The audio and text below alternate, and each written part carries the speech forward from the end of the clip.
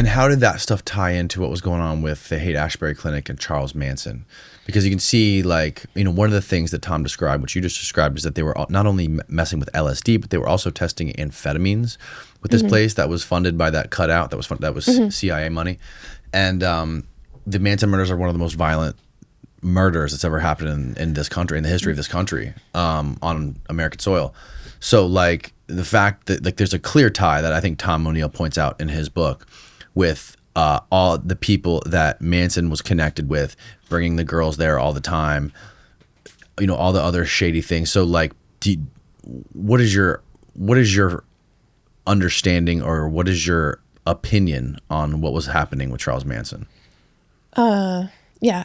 Well, there are demonstrable studies that were being done involving Manson. So this is true. I mean, he was at the very least in observational studies, his family. These are so, I was actually just talking with Tom O'Neill last week about this, because we're both interested in, I mean, I don't think it's determined yet that West, you can't put Jolly West in a room with Charles Manson, at least not in a documented way. Mm-hmm. But it is true that West had an office at the Haight-Ashbury Medical Clinic from the very beginning, and he was part of the crowd of people who were running the both the Haight-Ashbury Research Project, and his own observational study, which was really like a naturalistic study of these communes, of the different families, of how their psychodynamics and social dynamics worked. And so West and some of his colleagues were actually going into the field with the Manson family and others. Really? In Mendocino, yeah. And one of them was Alan Rose. And I mean, so there are people such as a graduate student and assistant at the Haight-Ashbury Medical Clinic named Gary Landis, so they are personally links between West and people like Alan Rose. And they were definitely treating the Manson and his family at the clinic. So you can bring them so close, but you don't really know. It's hard to tell exactly, if you want to trace West's role. What I do see is that people for many years were saying that the hippies turned from LSD to speed later, and that this caused, like, the Haight to become a violent and unpleasant place after the Flower Child period. Mm-hmm. And so the Amphetamine Research Project was tracking and interviewing these young, runaways and stuff, starting in 68, I think it was. Yeah, 68. So one of the people working for West, Gary Landis, talks about how he went into the medical clinic and he observed them interviewing kids who were amphetamine addicts. Like, they were tracking them over time. So West used to say something like, or people used to say, Manson was unusual in that he was a speed addict first, and then he got into LSD, and then he stopped because he didn't really like needles. But his family definitely, this was the lore, why maybe amphetamines didn't have anything to do with the murders or whatever. This is what people used to say. But actually, it does seem that he and his family were increasingly turning to speed at the same time, or amphetamines and speed. Injecting it? Well, maybe not injecting it because he didn't like needles. Gotcha. But, they could be orally taking it, or right. It's not, this is just something that has come up in various interviews. But there was a curiosity about triggering violence and the potential connection between LSD and violence, and certainly Manson obviously used LSD in his relationships. I mean, this is, right. His people like his Susan Atkins and others talked about how they would try never to come down. Like, they were vying to see who could never come down from one day to another. So they were very addled. And then if you add other substances. So it's interesting. I mean, there are parallels in the NIMH funded research. So you don't see the name CIA. You don't see any of these earlier cutouts. What is NIMH? The National Institute of Mental Health. Okay. They were funding a couple of these projects. Right. Because they were just interested. They were interested, and they wanted, on one level, they had an interest in curing addiction. There seemed to be a mass epidemic of amphetamine addiction. Yeah, it's I always wonder whether or not, with the stuff that they were testing on Charles Charles Manson and the family? Like, were they trying to aim for a specific result, or were they just throwing shit at the wall to basically see what would happen? Or were they trying to guide them in any specific way, you know? I'm not sure they were even testing on them. I mean, I don't think that's been proven. I think they were naturalistically observing them. And they were just observing them as like wild animals. And also, well, the problem is with naturalistic observation is people, you know, throughout time they get involved with their subjects. And West himself in his own diary wrote, "I'm getting too close to my subjects." You know, these were he was involved in many different things. Right. And his other of his team also became involved. Like, they not only went to, you know, sort of anthropologically observe the family, but they were sleeping with them sometimes, the women, or they sort of get involved. But I'm not sure I don't believe that there were formal, you know, at least nothing in the record, nothing that they would have published, or nothing that NIMH would have sponsored, which would have allowed the actually giving or, you know, testing or experimenting with Manson or anything like that.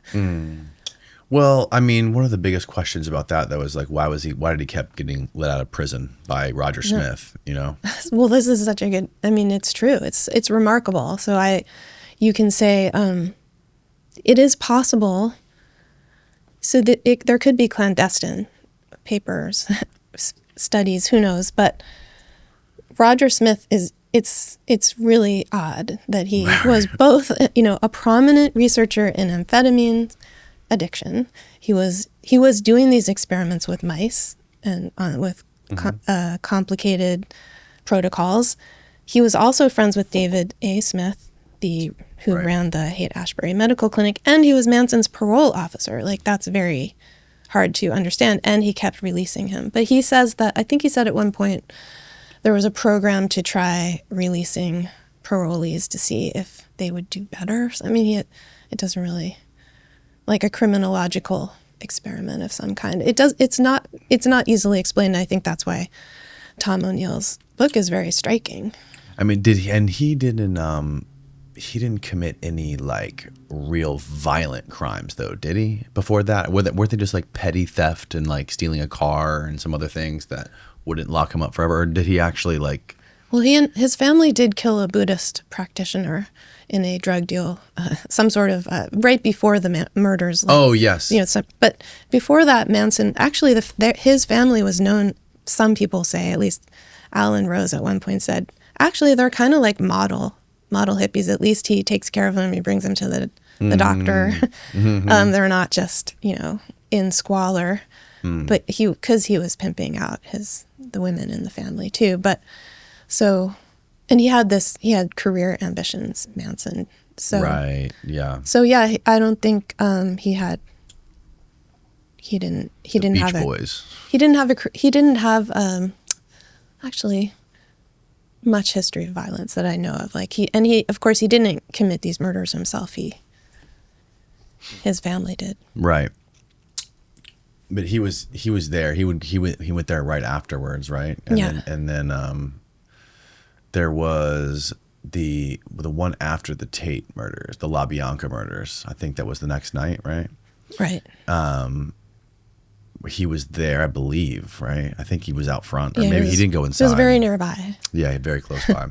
And then another weird thing about the Tate LaBianca murders is that there was a CIA agent who made a phone call. I don't remember if you remember that from the Bible. It's one of the really curious things about that book was this guy who called somebody, I can't remember who, and like told them at like 8 o'clock in the morning, or like first thing in the morning, before the first phone call to the police ever even happened.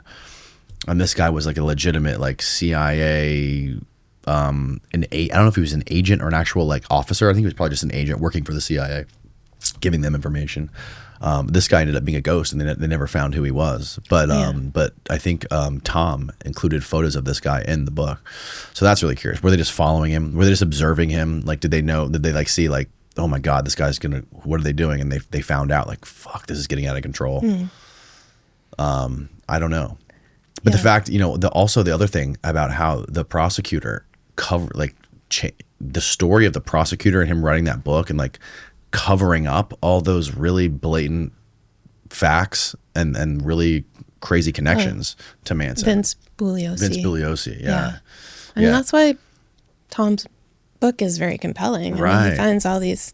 And how he started meeting with Vince, and Vince was like, oh yeah, come on, let's talk about it. And as soon as Tom started digging in too deep, Vince completely like shut him down and cut him out. Yeah. So. Yeah, people...